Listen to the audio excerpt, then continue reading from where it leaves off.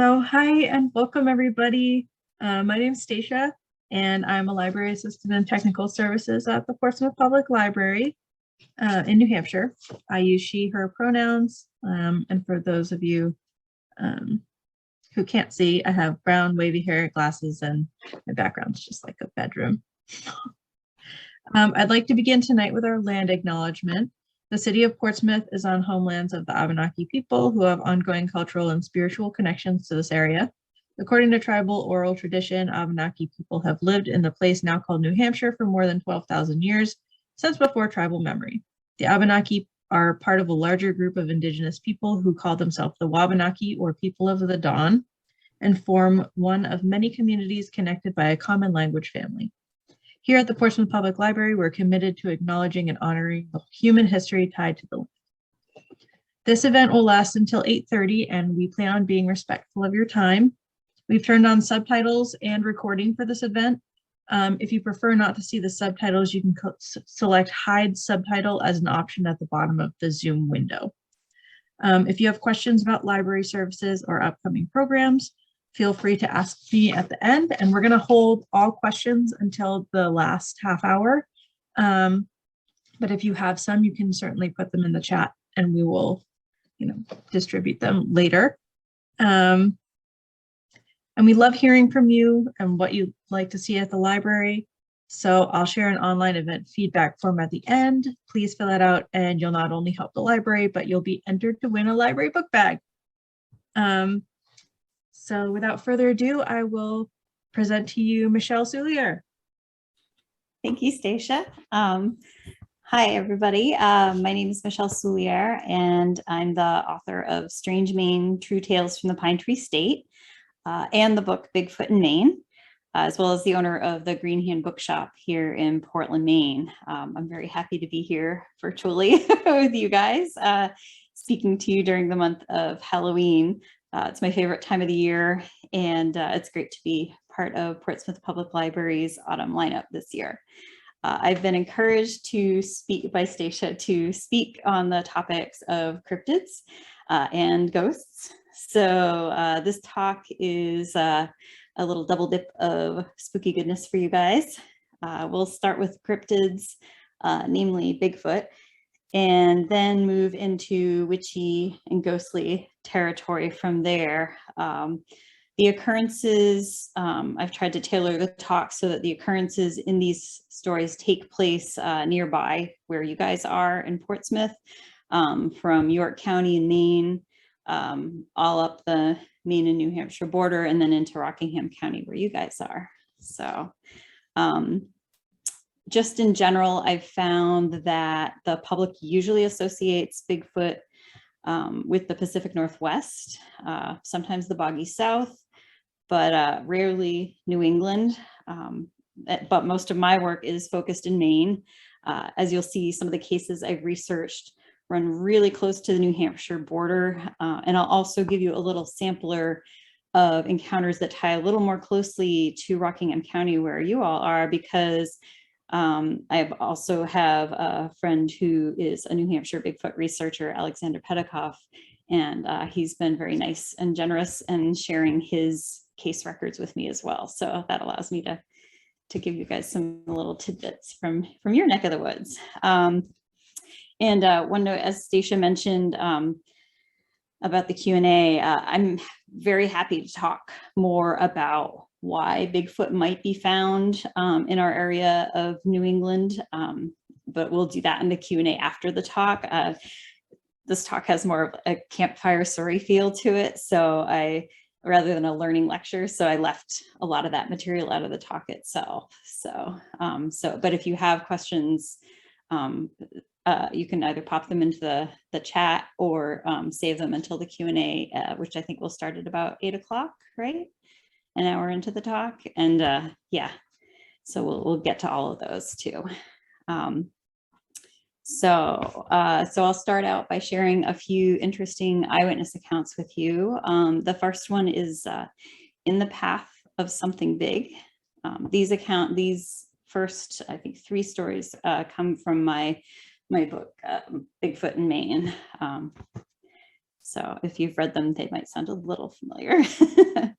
Our first story takes place on the Maine, New Hampshire border in the White Mountains between Freiburg and Conway, around 1978, about 60 miles north of where you guys are as the crow flies. This episode was not a clear-cut Class A sighting, which means, you know, something where there was unobstructed view and you could see everything very clearly. But it contains details that are compelling enough to make you scratch your head, or if you were the one who happened to be in the tent at the time, enough to make you remember the incident and the terror you felt for the rest of your life. This is a Class B sighting.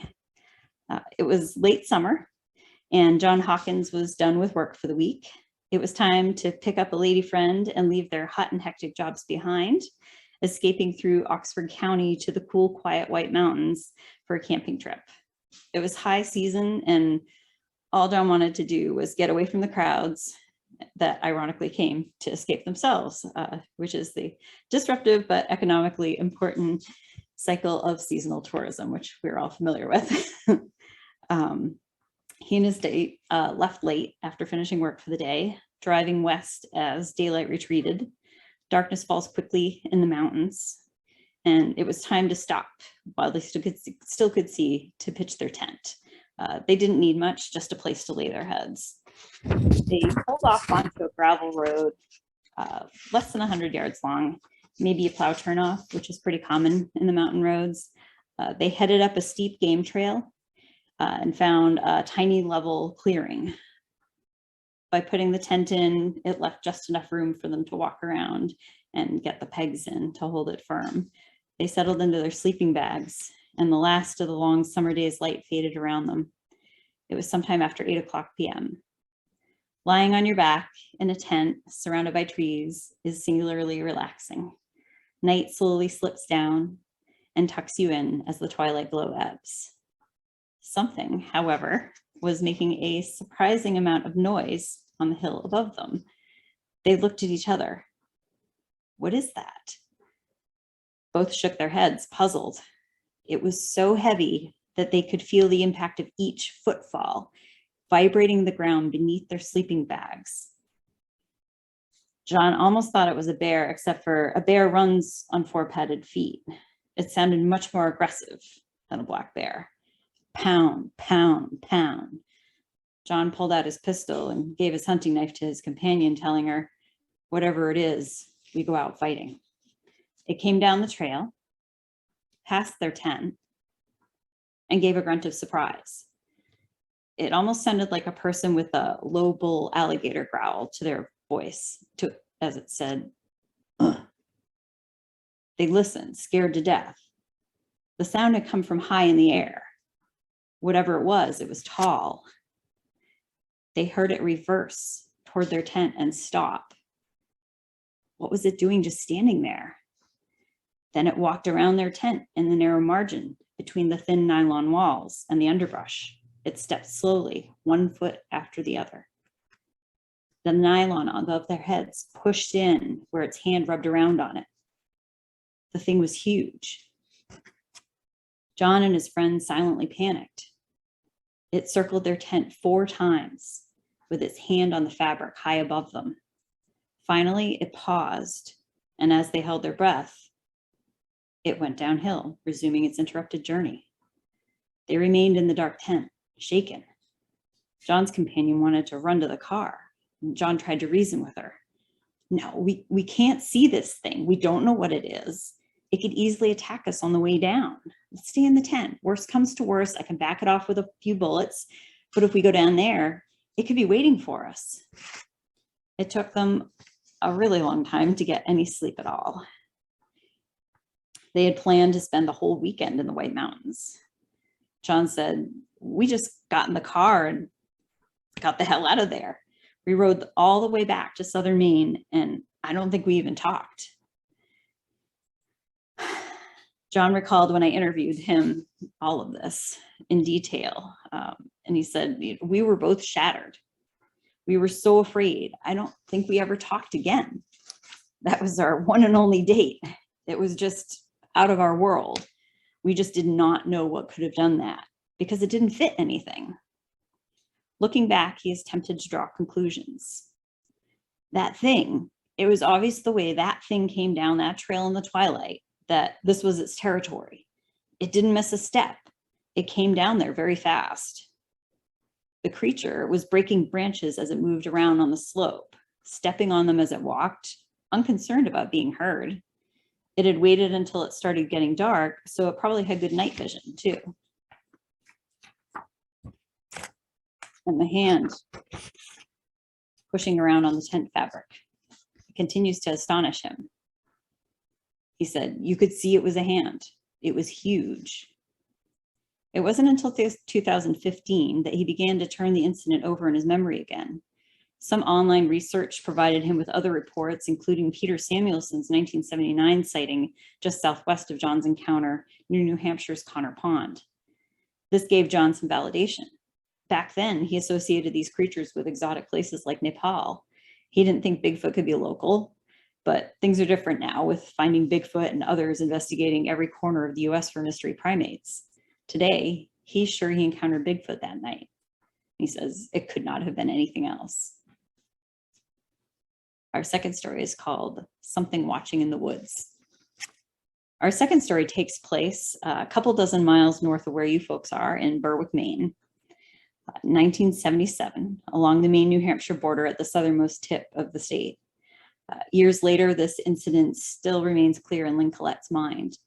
This is a Class A sighting. It was a hot evening in early August 1977. Lynn was babysitting, keeping her eye on 4 youngsters. The kids, ranging from 6 to 10 years old, were playing a rowdy game of hide and seek in the woods beside the house. 2 lived here, where she was staying as a friend of the family. She had helped watch them ever since moving in earlier that summer. The other 2 were visiting while their parents were inside socializing. The sun sank and shadows grew. The game was quiet as the kids hid from whoever was it. Lynn was surprised when one of the boys came up and told her, "Something big is behind the house." Lynn asked him, "Like a moose?" The boy replied, "No, moose don't stand on 2 legs." Like any good babysitter, Lynn squashed the flash of panic inside her and said instead, "Oh, wow, well, you think you can show me?" With a wide-eyed nod, the boy took her hand and led her to the corner of the house. Lo and behold, there was indeed a huge creature visible just inside the woods. It was watching the kids laugh and shriek as the usual uproar of the finding stage of hide and seek erupted. Lynn could see enough to know it was not human. It was huge, covered in long dark hair with longer than human arms. It held onto a tree and swayed back and forth in a slow, preoccupied motion as it watched the kids play. She thought it was curious about all the noise. Lynn was curious too, but more than that, she was terrified. The boy looked up at Lynn and she put her finger to her lips. She whispered to him, "Go get the rest of the kids and tell them I said it's time to go in." He nodded and ran off. She realized she hadn't told him not to mention the creature, and her heart leaped. She didn't want the kids to panic. She wanted to get them inside safely. As the boy ran towards his friends, the creature heard the movement and turned to look directly at Lynn. She stood frozen, watching it. To her relief, the kids all headed back to the house as if nothing was happening. As they finished thundering up the stairs behind her, she thawed her petrified limbs just enough to move and carefully, slowly stepped back and ran inside too. The parents looked up from their card game, surprised everyone was in so early. Lynn explained they'd been being eaten alive by mosquitoes. Lynn had little inclination to head to her bedroom in the basement that night. The basement door had been open all day. What if that thing had gotten in? It hadn't looked vicious, but remembering its size filled her with trepidation. She lingered in front of the television rather than chance an encounter in the dark downstairs. Suddenly, something outside gave an unbelievable howl, and she jumped off the couch. She ran to the bathroom window to look outside. Everything was dark and silent. She stayed on the couch all night, eventually falling asleep, and within a week, she moved out of the house to stay with other friends. Lynn didn't tell anyone about this encounter until years later when she and a friend began watching episodes of Finding Bigfoot. What had Lynn noticed in those frozen moments after the creature turned around to look at her?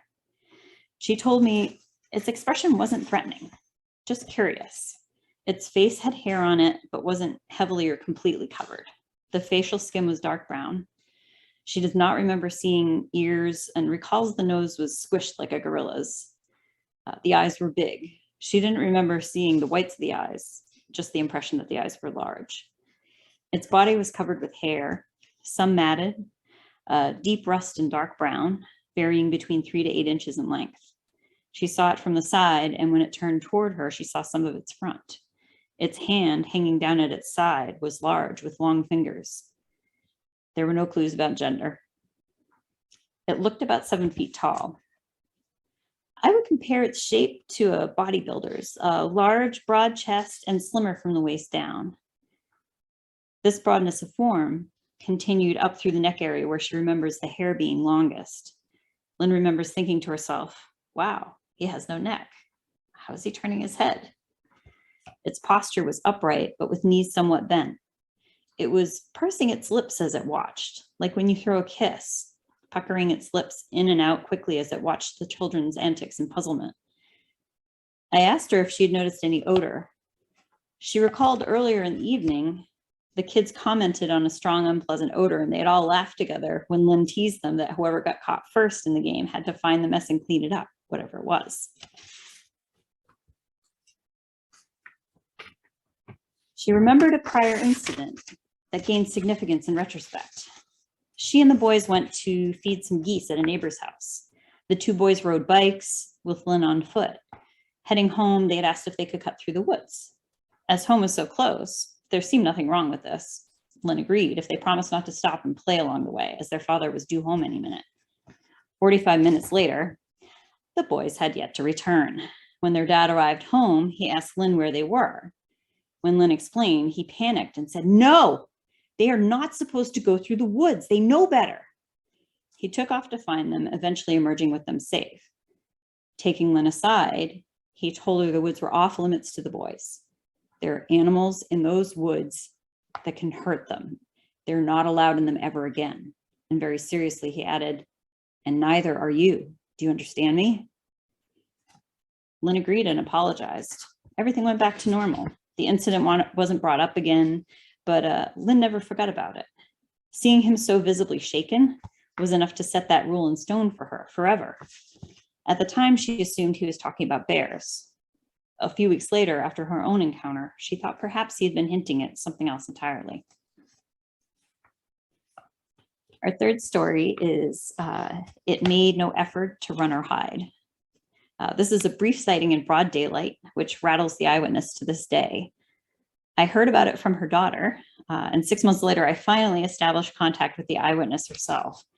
While she hoped the information would be helpful to my readers, she didn't want to discuss it any more than necessary. And so I'm very grateful she talked to me, because this case actually provides a really interesting link with Lynn Collette's that you just heard, which happened 40 years earlier, less than 3 miles away from this third sighting. It's a Class A sighting from 2016, another from York County, close to the New Hampshire border in Berwick, Maine. It was late May, but early morning, about 6:30 a.m., when Kathy and her husband drove away from her daughter's camp. As they headed back towards civilization, they crossed a small bridge. Kathy looked out her passenger side window as they passed over the water and saw big dark figures turn slowly and watch their car go by. She stared at its long, low-hanging arms as it stood straight up from a crouch. She avoided making eye contact. It was taller than a man, with wide shoulders, and it did not move as it watched their car drive by above the small slope. It was covered in black matted hair, not that red-brown you hear about from the TV shows, she said, and it had huge hands. It didn't make an effort to run or hide, which I think scared me the most, Kathy told me. I really try not to think about it, and I have not been back up that way since. Kathy had watched episodes of Finding Bigfoot, but never thought they were actually hunting for a real creature. It was something people thought they saw when they misidentified something else. I do know now, she said, that what I saw was not something else. It scared me to death. I could not speak. She was so terrified that she didn't even get her husband's attention or talk to him about it later on their car ride home, for fear he would stop the car and want to go look. Besides, as she said, no one I ever came in contact with ever talked about a Bigfoot sighting. No one will believe you anyway, or they would think you were a little off. So Kathy still hasn't been back to that area and is not interested in returning anytime soon. So those are the main adjacent to New Hampshire sightings, and we're going to move a little closer to you guys now.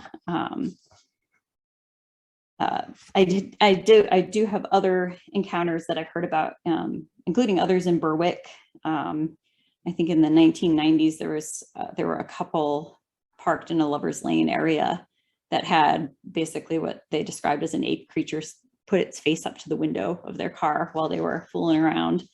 And then a little further up north along the New Hampshire-Maine border in West Baldwin, Maine, a woman was startled by a large figure passing through the yards of the neighborhood, banging on sheds during the day while most of the other neighbors were at work.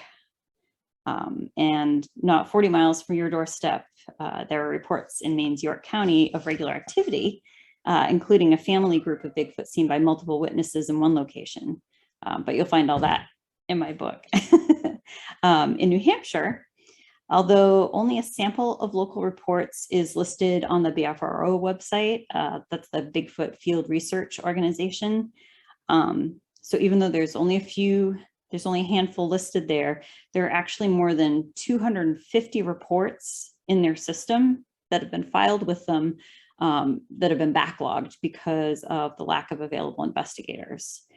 Additional reports have been filed with local independent investigators, such as my friend Alex Petikoff. So New Hampshire has a lot of sightings, and what's publicly listed on the BFRO site is only a tiny portion of what are known sightings there.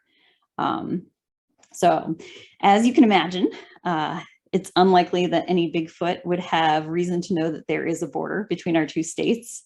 The border is just an imaginary line on a map, after all. There's no force field to stop animals from walking from state to state, or announcement that blares out to tell you what you've done when you take the step from Maine to New Hampshire. So, without a doubt, we're all neighbors here, humans and animals alike, between Maine and New Hampshire. Some of you probably know that northernmost Coos County is known for its oral history of woods devils, which appears to date back to the 1800s, according to the reported lore. They're described as tall, skinny, and covered in gray hair. These deep woods dwellers would emit terrible screams. That's their MO. But it sounds like a good way to keep your kids scared of wandering too deep into the woods, doesn't it? Closer to home within Rockingham County itself, I do have a couple of interesting encounters from Alexander Petikoff's files to share. The first one takes place in Hampton and is a Class B encounter. A local resident had been experiencing strange occurrences outside their house, located near the edge of the town, fairly close to a forest. Something large has been trying to shake the sides of their dwelling around while making unusual noises. The second one is a little further away in Chester, but it's still in Rockingham County with you guys, and is a Class A encounter. A local police officer had pulled a vehicle over on a rural road, and while he was stopped, heard strange noises emanating from an abandoned house nearby. Upon approaching to investigate, he encountered a terrifically foul smell and saw some sort of hairy man-like creature. Behaving with caution, he drew his service revolver and retreated from the area after witnessing this. Alex Petikoff visited the area and determined that there is a power line cutting through the woods and an abandoned house as described, but found nothing else remarkable at the time. Power lines are reportedly used as travel routes by Bigfoot, as with most other local wildlife, deer and everything else, because it's an easy way to get through without having to bushwhack. Earlier this year in March 2022, Alex Petticoff and two friends went to a location in Nottingham, which is near Pawtuckaway State Park, which has a history of sightings as well. Nottingham is about 20 miles from Portsmouth, and Pawtuckaway State Park about 30 miles away from you guys. Their destination was a place where his friends had found some interesting tracks. They had hoped Alex would be able to help them capture them as plaster casts, and the tracks appeared to go across a dirt road, so leaving really good impressions, leading from a lakeside area across the road into deeper woods on the other side. Unfortunately, the tracks in the soft dirt of the road had been driven over by local traffic in the meantime and obliterated, but they did pull some interesting footprint casts from alongside the road. The roadside terrain was typical, not great for casting, rocky and covered in leaf litter, but one of the tracks they cast actually very clearly shows some digits or toes of some kind. So food for thought. Additionally, when Alex surveyed the neighboring area, he discovered another power line corridor, which turned out to connect to the same power line cutout that ran past the location of the Chester encounter that I mentioned previously. So clearly an interesting area to keep your eyes out in. Investigator Bobby Short, who has run a website for years, she's passed away now. I think her nephew might be running it for her now, but she took a lot of eyewitness reports from people all across the US, including one from a woman who in 1983 or 1984 was a passenger in a vehicle driving home through the Bearbrook State Park, about 30 miles northwest of you guys, at about 2 o'clock in the morning at the end of October. And a huge tall figure covered in black hair crossed the road in front of them, turning once to look at them before disappearing into the forest. Oh, the kitty that was meowing, that was Mr. Biscuits. I'm sure he'll pop up soon enough. Somebody added a little comment in the chats. Yes, that was Mr. Biscuits. Okay, back to business. This next encounter has some details which will sound familiar to you all after hearing my eyewitness accounts. On the BFRO site, a woman reported her own experience in Bearbrook State Park back in the mid-1970s, late at night, again, around the end of July, a bit after midnight. A senior in high school, she was working as a counselor for the Girl Scouts on a sleepover at the tail end of a 2-week day camp. The tent she was in charge of was at the edge of the campsite, nearest the woods. She was woken by something softly grunting and pushing down on the top of the very tall, heavy-duty canvas tent. The other girls in the tent were trying to stay quiet, but unsuccessfully since they were panicking. The counselor reassured them that it was just one of the other girls being a practical joker. And to prove her point, she said loudly, "That's not how you do it. This is how it's done," and made a roaring, growling sound as she clawed her own nails down the canvas hard and fast. As she did so, her fingers hit something soft but solid on the outside of the cloth, and it felt like a man's knuckles. There was a loud grunting growl, and something large crashed away through the underbrush just on the other side of the tent. So pandemonium broke loose. The leaders in the other two tents, found everyone was accounted for, determined that nobody had left their tents, even for a potty run, and whatever it was had disappeared. There was a funky smell that it left behind that no one could recognize. So I remain convinced that there are a lot of other untold cryptid encounters out there. So anyone who would like to speak with me about their own unexplained experiences with unknown hominids in Maine is welcome to email me. I'll make sure that Stacia has my email to leave for folks at the end. And if you have New Hampshire encounters, email me as well, and I'll put you in touch with Alex Petticoff, and he can talk to you. He knows that ground really well. He's lived there in New Hampshire for ages now. Our next creature is not so much of a cryptid as a legend, although recent dogman stories from Maine might indicate otherwise. One of Maine's oldest and most fearsome legends is that of the Luperu, inherited from the French Canadians who worked the northern woods that connect to the province of Quebec at our border Literally translated, loup-garou means wolf, man, wolf. A bit of redundancy brought on by centuries of etymological adjustments. The name loup-garou survived the transition from Old France to the New World and thence into New England, appearing in tales told around the fireplace and campfire, used by Cotton Mather as a slur against a particularly fierce native foe, Hope Hood, mentioned in Henry Wadsworth Longfellow's famous poem Evangeline, and later emerging as the highly romanticized yearnings in the flutter of New England's late Victorian poetry, as in The Loup-Garou, poem by William Carman Roberts. Today, the most famous Maine werewolf is the cursed small-town Maine priest found in Stephen King's novella Cycle of the Werewolf, later made into the movie Silver Bullets, which probably most of you know better than any of those other examples.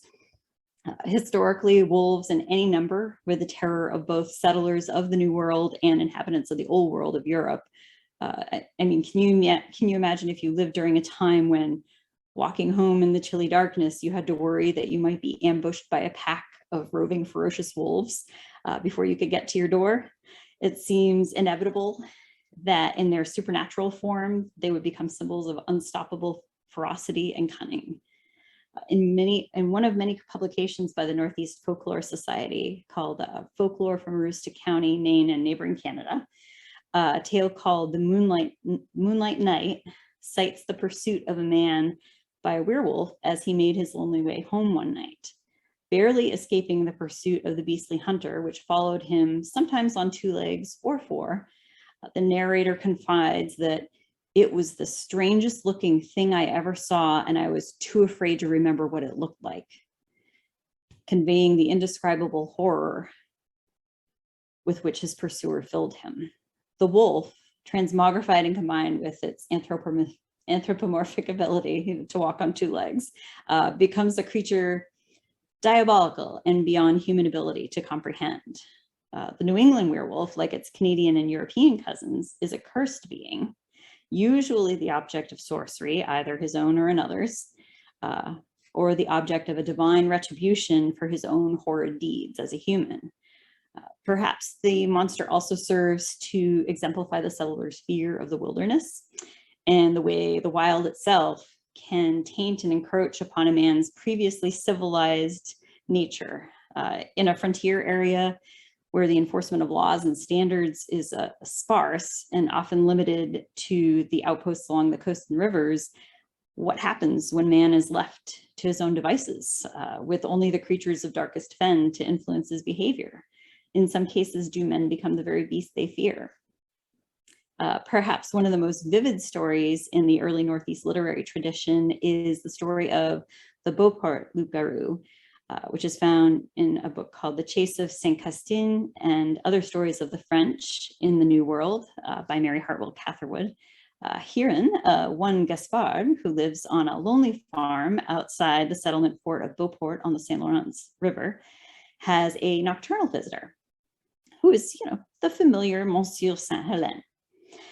During their fireside chat after his arrival, Saint-Helene inquires as to whether Gaspard has ever heard of such a thing as the loup-garou. The mere mention of this creature gives Gaspard reason to feel terror, returning with cold feet up his back and crowding its blackness upon him through the windows of his shack. Of course he has heard of the loup-garou. He was born on the nearby island of Orléans, which everybody knew was the abode of loup-garous, sorcerers, and all those uncanny cattle that run in the twilights of the world. Saint-Helene forces Gaspard to embark into a conversation, which he doesn't want to go into, about what a loup-garou is. And Gaspard reluctantly holds forth on the subject and his belief that the loup-garou is the result of sorcery. At the same time, he becomes more and more aware of the fact that it is late October, a time which might be called the yearly Sabbath of the loup-garou. As the discussion continues, Gaspard is seized by an impression that brings to mind nothing less than the transformation of Dr. Jekyll into Mr. Hyde, while Gaspard can plainly see that his guest has not been running about with his tongue to the wind and his eyes red as blood, as a loup-garou is wont to do. Saint-Helene persists in declaring that he has been seeing as through a glass of claret, red wine, since arriving on Gaspard's heath, which is a very strange thing to say. Gaspard starts to imagine that his friend's normally genial and noble face is transforming, the nose sunk with sudden emaciation and the jaws lengthening to a gaunt muzzle. There was a crouching forward of the shoulders, as if the man were about to drop on his hands and feet. Is it all his imagination? Gaspard thinks not. Elsewhere in the book Danvers Folks by Roland Evans Robinson, the pipe-puffing storyteller Antoine, a Canadian by birth, tells his audience about how the loup-garou is more devil than anything else, sometimes a regular man, but other times turning into a wolf, one far worse than any normal wolf. These creatures will eat men, either catching them live or devouring them, or pulling dead men from the graveyard to eat them, whatever their whim. Antoine tells of his grandpère's encounter with a loup-garou on a cold night, and how the terrified Frenchman lashed at the creature with his whip during its frantic pursuit of his horse-drawn sleigh. The ferocious loup-garou responds by lunging at the man, who suddenly finds the creature's heavy feet pressing his shoulders down against the sleigh. Awful yellow eyes come close enough to make him shut his own to block out the terrible sight, and the breath coming from the devilish black jaws burns hot on his neck as he struggles to find his knife, because he knows that if you draw the blood of the loup-garou, he will turn back into a man and go away.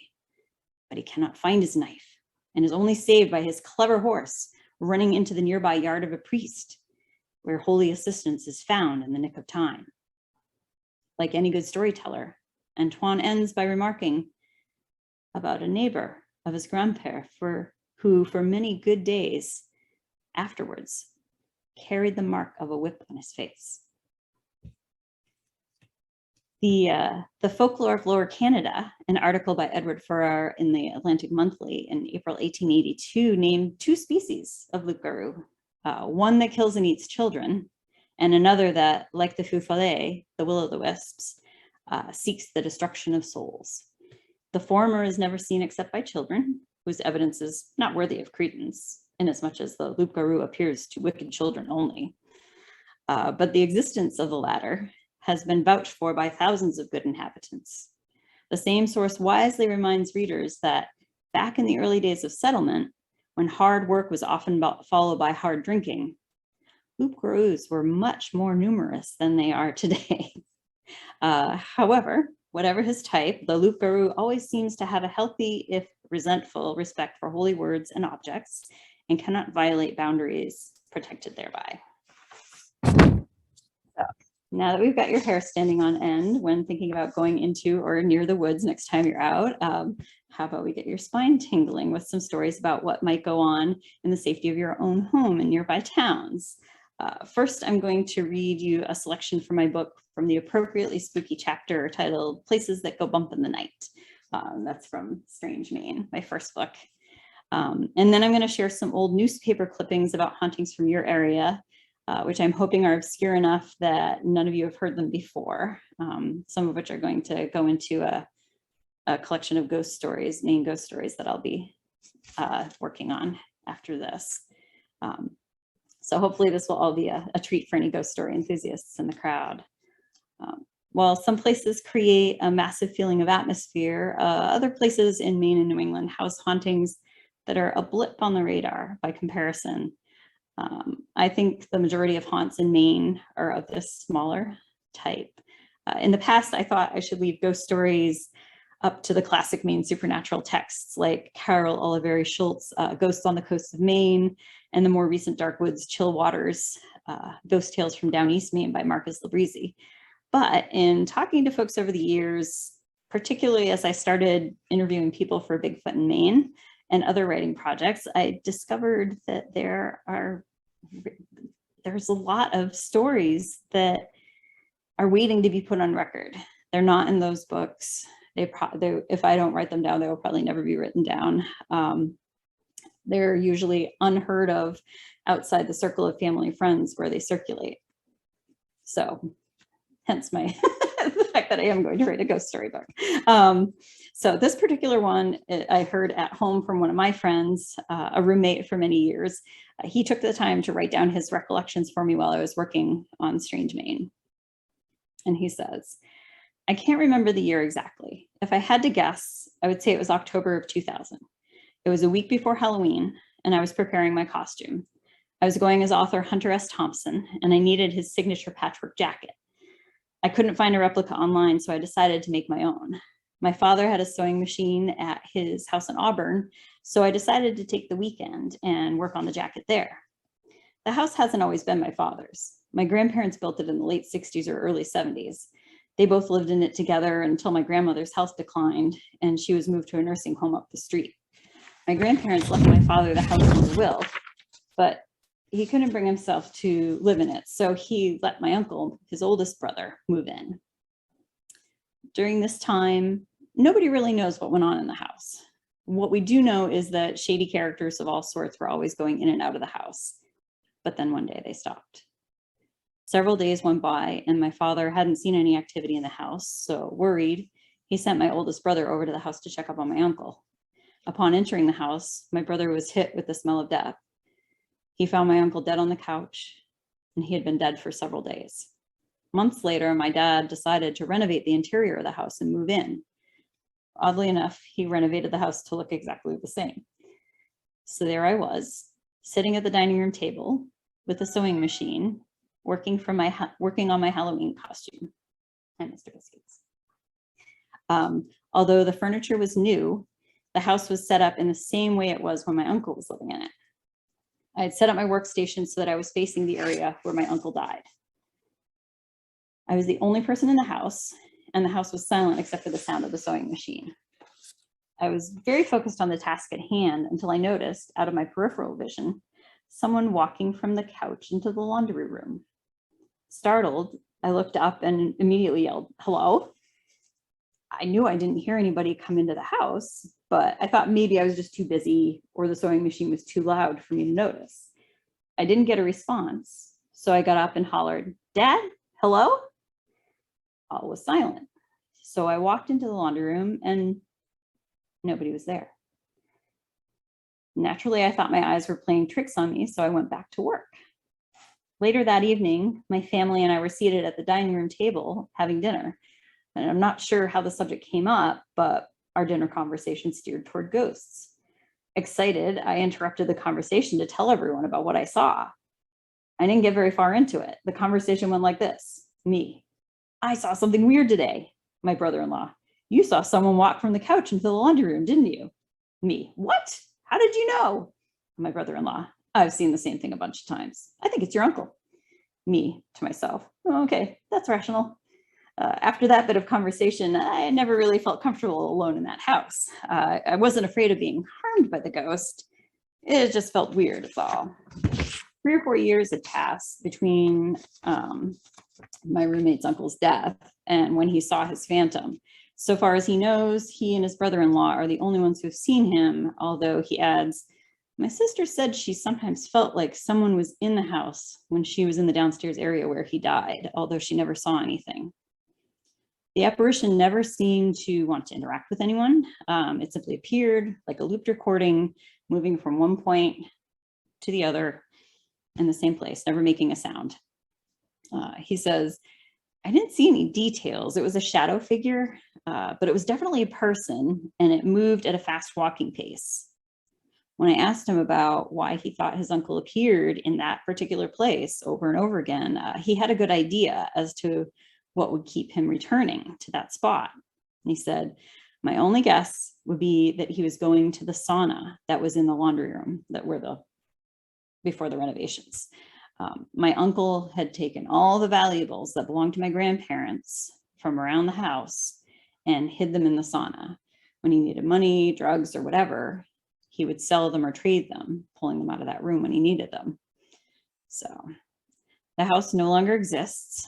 The property was eventually sold to developers, and since it was located on a main road, and his father moved south out of state. And when the property was sold, it was rezoned to commercial property and everything was leveled. So the house isn't even there anymore. And the last time I checked looking on Google Earth, it's at a crossroads, also interesting, right? And all the other 3 corners had since been developed, because they had all been cleared, but that corner still was undeveloped. So I kind of wonder if the construction workers have seen anything in the years in between. Here in New Hampshire, you guys have your fair share of strange Maine history, which bleeds through. And some of you may know about this, including being near Witch Trot Road, which is in South Berwick, Maine, right up to the border there. Part of the route taken by the Reverend George Burroughs, who was a minister in Wells, Maine, when he was abducted by witch trial officials and hauled back to Salem. The legend of how Witch Trot Road was named is dramatic and shows how whispered, unsourced legends take hold and last many lifetimes in New England. To illustrate this, I will turn to the article, The Legend of Witch Trot, which was written by John L. Hayes, which appeared in a New York newspaper called The Independent in their June 11th, 1896 issue. There is a spot on the Piscataqua River, which is associated with the most remarkable man and the saddest tragedy of a gloomy period. The region on the eastern part of the old town of Berwick, Maine, and reaching to the head of the river has been called for more than 150 years by the name of Witch Trot. At the time that the bloody superstition above referred to, witch hunts, was scourging New England, the Reverend Burroughs was minister at Wells, Maine. He was a man of great powers of mind and extraordinary physical accomplishments. His feats of strength were marvelous, and his knowledge of woodcraft unsurpassed. These accomplishments furnished a sufficient pretext for his enemies in Danvers, Mass, where he had formerly settled, to accuse him of witchcraft.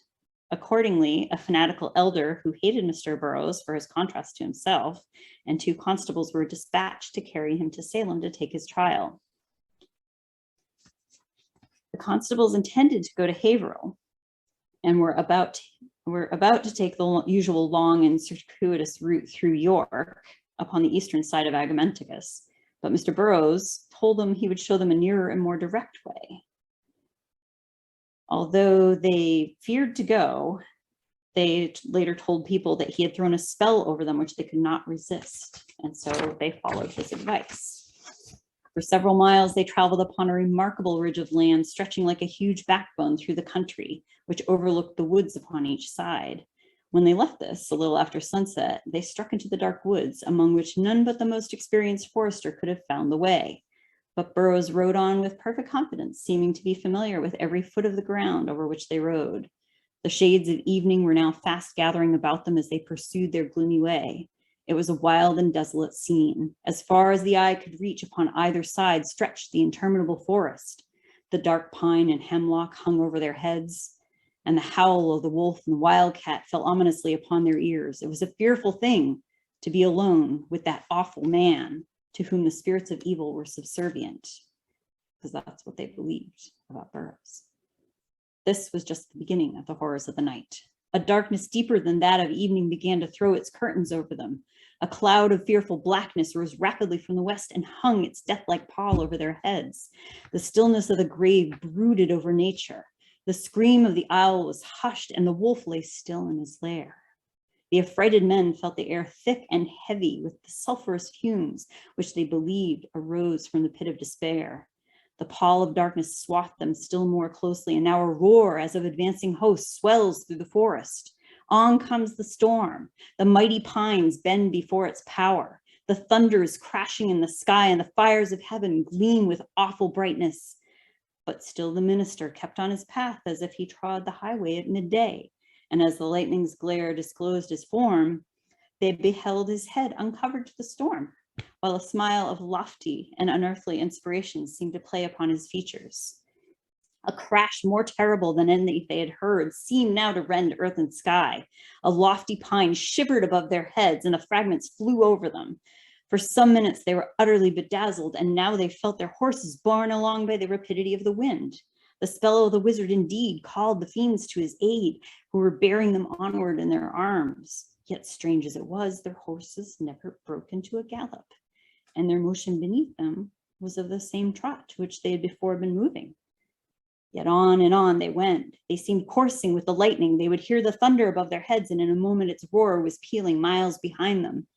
Still, the lightnings were flashing and the thick rain dashing, and still the black forest shut them in on every side, though it parted before them as they advanced like the waters of Jordan before the hosts of Israel. The horrors of such a scene were too dreadful for human endurance. In an agony of fear, they clung to their horses' necks and without sense of feeling were borne on to their fate. The storm had passed away, and the full moon shone forth with peaceful splendor upon the broad and beautiful sheet of water at the head of the Piscataqua, near what is now called the lower landing. The doomed party waked from their swoon and beheld the familiar and peaceful scene, while the sounds which came from the adjoining Chadbourne's mill reassured them that they were at length within reach of human aid and sympathy. Of the remainder of their journey, tradition has preserved no record. The fate of the unfortunate minister is a matter of history and familiar to all. He was tried at Salem, found guilty of witchcraft, and executed. The principal proofs of guilt were the feats of strength above referred to. The elder and the constables for many years told the story of that fearful journey, and though the most credulous who heard them hinted that the route through the woods was nearer by half than any other route, and that their fears had imagined the swiftness of their flight, they still believed that they had been borne along by witchcraft, and as the tales they told gained credence, the road by which they traveled received the same name, and hence to even this day is called Witch Trot. And it still is. Once back in Massachusetts proper, Burroughs did stand trial on August 5th, 1692, and was condemned to die by hanging at Proctor's Ledge on Gallows Hill, one of the undue fatalities of the witch hunt craze. Yeah, that's a real horror story. You guys do have your own Witch Trot Lane here in New Hampshire too, up in Wakefield. I wasn't able to dig up any legends about it, but I imagine they must be similar in nature. My next and final story is takes place about 30 miles north of Portsmouth, up the coast in Kennebunkport, where I think at least one of you guys is right now. So even though the article was written back in September of 1921, over 100 years ago, you'll see that a number of well-known ghost story tropes are echoed within it. The sober, respectable citizen who was the main eyewitness goes to great pains to explain everything he did to debunk the haunting. But regardless, quite a hair-raising picture is painted for the reader. The headline alone is enough to make you lose sleep. We have spooks run riot in house, destroy family peace, and put woman in doctor's care. Weird happenings at modest home in near Kennebunkport townhouse community, greatly excited. Usually quiet and peaceful neighborhood in the vicinity of the Kennebunkport townhouse is greatly excited over the appearance of spooks in the Ben Drown house, which stands about 100 yards westerly, about midway between the townhouse and the farmer's hall, almost directly opposite the Atlantic shoreline car barn.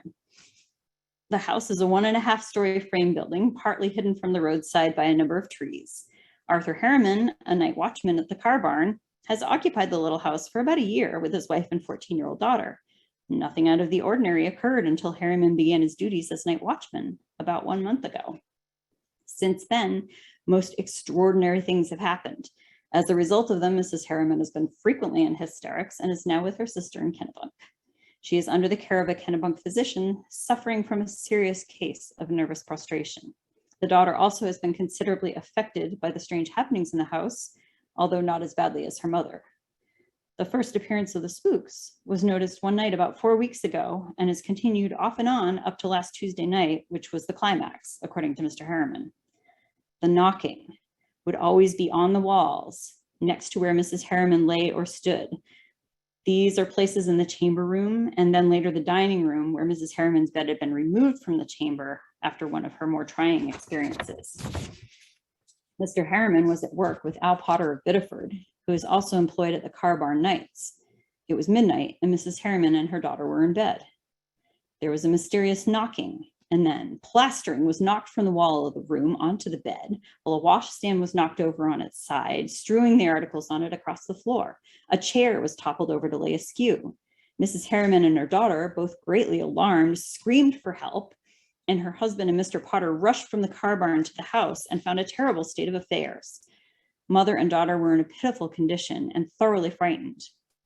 Mr. Harriman went into the sleeping room after getting his wife out into the kitchen.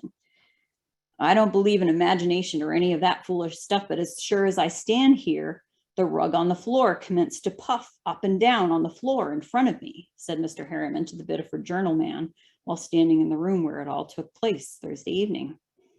I thought it was about time to call it the climax if I wanted to save my wife from going crazy, and I have resigned my night position and will move from the house for her sake.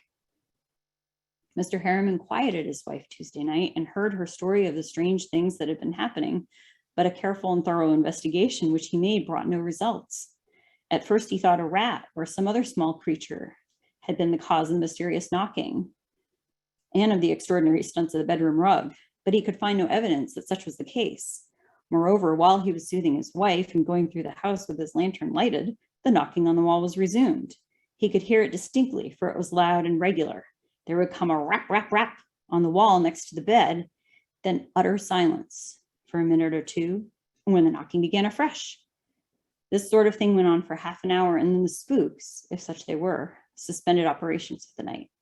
The mysterious knocking on the wall of the bedroom was heard afterward now and then, but it was not until Tuesday night that the very old Nick was to pay, and Mr. Harriman was forced to give up trying to live with his family in the Ben Drown house.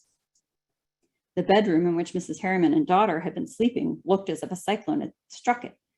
The table had toppled over and 2 chairs ditto. The rug was crumpled up in one corner of the room, and the bed and a portion of the floor were liberally sprinkled with plaster. A piece of the wall, about 1.5 feet in length and 6 inches in width, having fallen from its place above the bed. Harriman and Potter were completely baffled. They searched the house from end to end and from top to bottom, even with the aid of a flashlight, examining the space between the walls where the plaster had come off, but nothing whatever was found to account for the condition of things in the little bedroom. Then and there, however, it was resolved that the Harrimans should give up housekeeping in the Ben Drown house, and that Mrs. Harriman must have immediate medical attention. She and the daughter were first removed to the car barn, which was nearby, where one of the trolley cars was made into a comfortable sleeping and dressing room. But no sooner had this been done than the frightened occupants settled down, than the same loud and regular knocking that had made the little home across the road uninhabitable was heard in the car itself. It continued for several minutes off and on, and was heard by the 2 men as well as by Mrs. Harriman and her daughter. After a while it ceased, but believing it would be resumed, Harriman prepared temporary quarters for his family in the Rotary Room, where after several hours of nervousness and insomnia, they contrived to get a brief rest and sleep. Later, mother and daughter were removed to Kennebunk, as already stated, and they are still there under the watchful eye of one of the village doctors. One of the recent manifestations occurred last Saturday night and consisted of the usual knocking on the wall of the kitchen. On this occasion, there was present beside the Harrimans one of the railroad company's train dispatchers, Everett E. Higgins. He was called in and listened with amazement to the knocking on the wall. Higgins was much excited as well as mystified and wanted to smash the wall with an axe to determine positively whether a human being, a rodent, or some other small animal was responsible for the phenomena.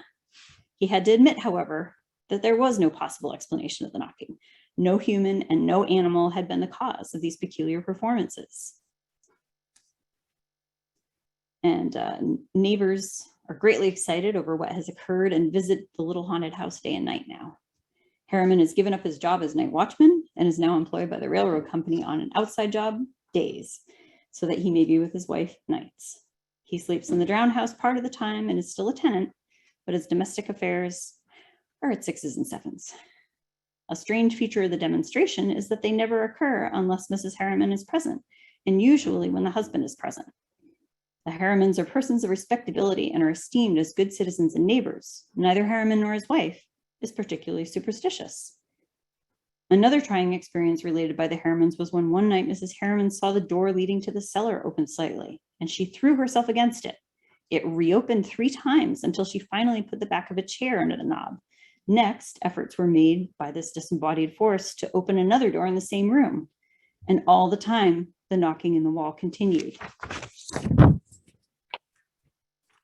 Mrs. Harriman had investigated every nook and corner of the unfurnished little rooms, and as a last resort, hoping to find the bottom of the trouble, concluded to look under the house, of which there is no cellar. Mr. Harriman took a flashlight and with a club for a weapon, crawled in under and looked for any opening in the floor or possibly any contrivance which might be planted and worked from the outside. He was unable to find anything that was wrong. And the more he thought of the whole affair, the more he got interested. I'm not a rich man, but I would gladly have 2 weeks' pay to know the cause of it all, said Mr. Harriman. It is beyond me. I'm not one bit frightened, and I sleep in the house since my wife left, and in the same bed where she slept, where the plastering was knocked from the wall, and the washstand and the chair knocked over on the floor. But there is no more going on when I am in the house. When I tell some people the experiences that my wife and daughter have gone through, that Mr. Potter and Mr. Higgins are good witnesses, they laugh at me, and that gets to me. I don't want it to go out that I'm superstitious, as I am not. But last Tuesday night's racket got me good and fair. I was not imagining that I saw that rug on the floor puff up and down. It was as true as I stand here. And I looked everywhere for evidence of the cause. So this is a story that I will be putting into my ghost story book in the next couple of years. So you guys get a little preview of that, which is nice and close to where you are. I'm expecting to have a wide variety of stories for that. So that should be pretty exciting to work on as I talk to more people. And those are my spooky stories for you tonight. Thank you so much, Michelle. Thank you. Yeah, if anybody has any questions, please feel free. Yeah, if you want to ask them, or you can put them in the chat and we can ask them whatever you want.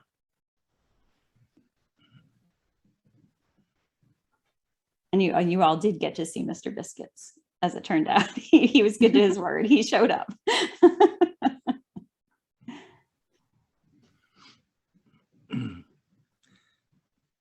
Thank you. You're welcome. It was my pleasure. I hope to have lots more stories to share as my projects continue on. I can tell you about the Kennebunkport poltergeist story that I'm 99% sure that I've found the house that's still standing. And now I just need to reach out to the current owners and see if they have any experiences they know about or have heard about, and talk to the historical society there and the library and everybody else and see if there's anything in their files. So that should be interesting, because when I, like with the Bigfoot stories, when I have one of the accounts, I like to also fill in the context around it too, the real historic context and the geographical context of, that neighborhood, that town, that point in time. So it should be pretty interesting. Oh yeah, I am going to share, actually I can type it right into the messages, my email, if anybody has questions for me. And I think Stacia is going to post or email to everybody at the end. Do you do that as part of your closing email? Yeah, they'll get an email later, but I am going to put something little in the chat. I can do that now. Okay. So people All have right. time to look at it. But Great. if you want to stick your contact information in there, you can do that too. So this is our little, just the feedback links. And then I have the links to both of Michelle's books that we have at the library, so you can put them on hold. Yeah. Maine and John, Bigfoot. oh, go ahead. No, that's it. You all said, okay. Hi, John. John Dewitt has asked, and he says, at times it appears lore of Dogman, Mothman, etc. is regional. And do I find reports of ghosts are more widespread or more confined to historic areas? I don't think ghost stories are confined to historic areas. I think you can have ghost accounts from very recent occupation. So it's not, I don't think it's limited to historic areas, although obviously historic areas are going to have a more layered and long-standing tradition, which sometimes makes them easier to find because they've been recorded previously in its different iterations. Whereas a lot of the current stuff is all word of mouth. It's just people who've lived there that, may have told their friends or family about weird things that happened to them. So it's not on record anywhere. So you probably hear more about historic sites because there's a better chance for it to have gotten recorded in the past. but I don't think limits hauntings. I think hauntings can happen anywhere. Let's see, yeah, ghosts are definitely more widespread in answer to that. B. Robertson asked how I found myself interviewing and recording ghost stories. It was accidental. It's something I'd always wanted to do. I mean, I've been interested in ghost stories since I was a kid. I definitely spent time at the Riverton branch of the Portland Public Library, reading absolutely everything in their paranormal section. So I read it all as a kid. But the interviews started out being accidental because I was interviewing people for Bigfoot in Maine, and I was interviewing people for another biographical project that I'm working on, another book. And just incidentally, in talking to people, stuff would come up just in conversation, because I don't just, go down a list of questions that I ask with people. I talk with them, I have a conversation. And there were a few times where stories, full-bodied apparitions walking across, their bedroom and leaving footprints in the shag carpeting, and, like things that like begged to be recorded and told. So luckily everybody I was talking to was very willing to share their, to let me share their ghost stories eventually too. So some of them, there's a certain portion of those that came out of totally unrelated interviews. And when I started realizing that was happening more than once, it made me think that maybe I needed to do an oral history of ghost stories too. That, all the classic Maine haunting books hadn't covered everything yet. So there's still stuff out there that needs to be talked about or put down on record. So that's what always gets me excited. So to answer to your question, let's see. What else do we have here? Oh, thank you, Stacia. There's all those links. B. Robinson also asked, do you have any thoughts on the UFO sightings years ago in Exeter? Do I think it actually happened? I know I've read about that case. I don't have the details at the tip of my brain right now. I know that that's another thing I've talked to people about in conversation, is UFO sightings. So people are seeing something. I don't think there's any reason to disbelieve them, especially the people who haven't told anybody for 50 years and just have kept it to themselves. They're not looking for publicity or to make anything out of it. It's just something that happened to them that, when they're thinking about strange things that have happened to them, it pops up in their memories. And they're like, oh yeah, and then there was the time, ... there was a UFO going down the river that we could see from our house in Falmouth in the late 1950s. So, so there's a lot of UFO sightings. Unfortunately, because I can't remember the exact details of Exeter, I can't speak to that directly about whether I think it actually happened or not. But my experience is that there are a lot of UFO experiences and sightings out there. And, that's part and parcel of local oral history and folklore. So, yeah. Joshua asks, when a ghost haunts a house and a house gets torn down, what do you think happens to the ghost? Oh, that's interesting, because I actually had an extra part in the talk that I cut out because of time, because I was going to run over. And yeah, I wonder exactly if that happens. Like if they build something else, is the uncle's shadow figure still going to be walking through there looking for his old coins and jewelry that he needs to pawn? Are there construction workers that see something that they can't explain on that site?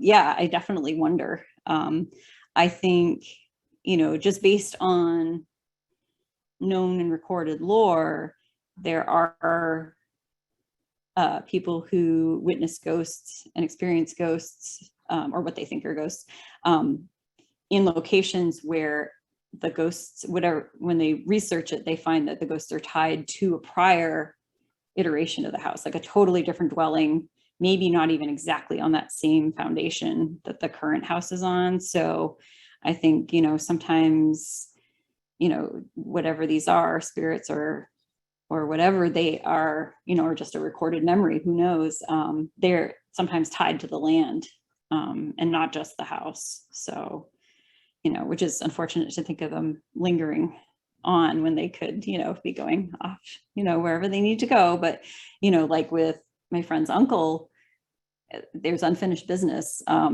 There's a great book about Welsh fairy folklore. And it talked about, that was the bit that I took out of the out of the talk. They talk about how if a ghost has left treasure or anything metal that it's hidden somewhere, when it passes on, it will persist in trying to find a person to take that treasure or that metal object out of hiding, and do something with it. And they'll persist until they find somebody that will listen, that will ask them what they need and then do what they want. So that's kind of an interesting take. So that made me wonder if my friend's uncle will be bugging the construction workers as they work on that site. But we'll see. Arella has asked, have you had any unexplained experiences yourself? Nothing that I can really say with conviction was completely weird. I had a strange experience when I was a kid growing up in my house, but it was so, I don't know, inconsequential. Like, it seemed very weird to me at the time, but essentially I was at home upstairs in my bedroom. My boyfriend was over.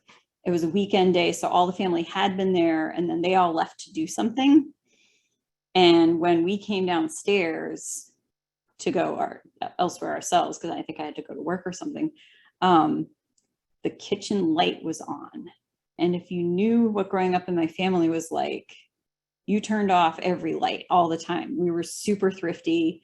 You did not waste electricity. So it was broad daylight, like it was a sunny day. So the light wouldn't have been on in the first place, and definitely would not have been left on by the family as they left. And it just like put the hairs on the back of my neck up. But like, I mean, beyond my own anecdotal knowledge that was very wrong for that time and space. I didn't see anything. I didn't hear anything. My younger brother, who was the last one left in the house after all of us had, grown up and moved out, he was there with just him and my mom. He definitely said that our house was haunted. They used to hear footsteps upstairs on the second floor when they were both sitting downstairs in the living room, nobody else in the house. And it was very defined footsteps going from one location to the other upstairs. So theoretically, the house was haunted. What I saw might have been tied to that, but I'll probably never know. It was a really old house. It was one of the oldest houses in Portland, because a lot of Portland burned in a big fire in the 1800s. So, but it was, I think, over 200 years old when we were living in it. So it had a lot of history. Oh, David Hammond, hello. David says that he's seen a few non-human, human-shaped specters in houses in Down East Maine and the Green Mountains of Vermont and next to Western Cemetery in Portland. Oh, and he says they don't bother him much, but poltergeists freak him out. Yes, poltergeists are very freaky. I once read Colin Wilson's book about poltergeists. I think it's just called Poltergeist, singular. And that book gave me the willies. Out of all the books I read about ghosts, that was the one that freaked me out. So yeah, poltergeists are above and beyond the normal haunting. Yeah, you have no control over them, it seems. And they have physical manifestations that defy logic. Dennis Thompson says, I came late, so maybe you've discussed this already, but have you had any spooky or weird experiences? Oh, I did. I just, by just a few minutes. Oh, wait, no, that was at 8:08. So maybe you actually get to hear them. So there, good. All right, awesome. Somebody else said, recently a historic country tavern on Route 101A in Nashua, New Hampshire, that was reportedly haunted was torn down. And they put a Cumberland Farms gas station on the land. Such a shame. Yeah. So again, it'll be interesting to hear if the gas station attendants encounter anything, especially if it's like one of those 24-hour ones where you're there all night by yourself. Yeah, it's all very interesting. And I don't, people are always asking me, do you believe in Bigfoot? Do you believe in ghosts? Do you believe in UFOs? And it's like, I can't say I believe, but I can say that in each of those instances, clearly something interesting is going on, and that makes me want to look into it and find out what's going on. So that's how I got started on once I started working on Bigfoot and started talking to eyewitnesses. I was like, I had been kind of feeling like, maybe I'll find a few historic things that are interesting and, curiosities. But then once I started talking to eyewitnesses, they weren't lying to me. Their whole lives were changed by this like tiny little 30-second occurrence, maybe less. So once you start talking to people that have had encounters like that, you start to get really curious about what's going on. I don't think I'll ever come up with any answers, but I'd really like to think that, by recording people's accounts and experiences and, getting them out there, other people who had similar encounters won't feel so alone and might actually get some more information that helps them kind of triangulate in on what happened to them. It's different for everybody, I think, but the fundamental thing is that it changes your life if you have something like that happen to you, because it alters your perception of reality. It changes what you view as like, this is normal life, and then this thing happens and it's like, life just got a lot bigger, a lot more full of possibilities. So, oh yeah, thank you, Stacia. Stacia's posted a link to the BFRO website, the Bigfoot Field Researchers Organization site. So you guys can go on there and look at what they have publicly posted for New Hampshire encounters, and they add to them, as they can. They're shorthanded as usual, but and then Lori Nicholas says, why do you think people are drawn to these types of stories? I think because, because they're interesting. That's a kind of a no-brainer, but also because I was talking about how it changes people's lives. Like it's something that changes your fundamental grasp of what is happening around you. It adds an additional layer to it that wasn't there before, a layer of the unknown. And I feel like while, a lot of us get a little nervous about things that are unknown, things that are out of our control, we're also very curious creatures. And in the end, we often want to know, we want to know more. We want to know about, when something happened, like, well, is this kind of thing always happening at this certain time of day or this certain season, or only to certain people doing certain things? Or, we have inquiring minds. And I think not for everybody, but some of us have irrepressible curiosity. And so that's what drives us to keep inquiring into this stuff, because, everyday life it's fine, it's interesting, but knowing that there are other things that are exceptional that can happen to you as well, it creates a different experience of the world around you. It reminds you to look around a little more, pay attention a little more, observe what's going on around you, because you notice things that are out of the ordinary by understanding what the ordinary is. So if you pay more attention just in general, I think it sets you up for maybe not comprehending what happens to you if something exceptional happens to you, but it gives you a firmer foundation that you're standing on, so you don't get totally knocked sideways. I don't know. This is all pure speculation. But this is what drives me to research everything. So yeah. Does anybody else have any questions?